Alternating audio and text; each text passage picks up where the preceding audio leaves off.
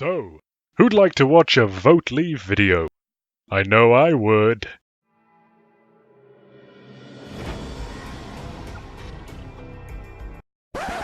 Wait, what's this? Oh, you dick. Oh, that comment makes me so angry. It makes me want to go on your Google profile and say mean things about you. What an almighty douche! You really are about as clever as you look. But anyway, back to your moronic comment. Utterly misleading and blatant scaremongering. No mention of farm subsidy payments, free trade agreements between member states, relative peace and stability, and free movement of labour of which the NHS is a massive beneficiary. The real threat to the NHS is the Conservative Party, who is actively dismantling the NHS piece by piece. That's a really cute comment. However, I've decided it's a pile of shite, and I'm going to respond to each point you've raised individually. No farm subsidy payments, of course not. Why mention it at all? We are a net contributor to the EU budget. That subsidy is our fucking money. We give money to the EU so they can give it back to us. What is the point of doing that? It's a complete fucking waste of time.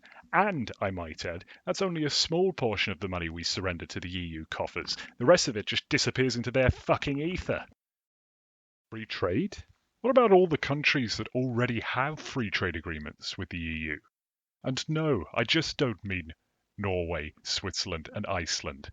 You can have free trade agreements without being members of the European Union. And, before you jump down my throat, you don't need to follow the exact same free trade agreements as other countries. We can negotiate our own. And anyways, at least if we were on the outside, we wouldn't be trapped in a block in terminal decline. Next up is relative peace and stability. What the fuck are you talking about? I know the EU was awarded the Nobel Peace Prize, but I didn't think anyone actually took it seriously. Clearly, I was mistaken. The EU didn't stop the horrific breakup of Yugoslavia, did it? Nor did the EU stop the civil war in Ukraine.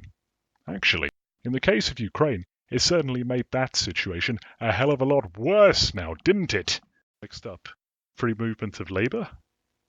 Well, seeing as the NHS benefits much more from Commonwealth citizens and those outside the EU generally, the facts make your point rather empty.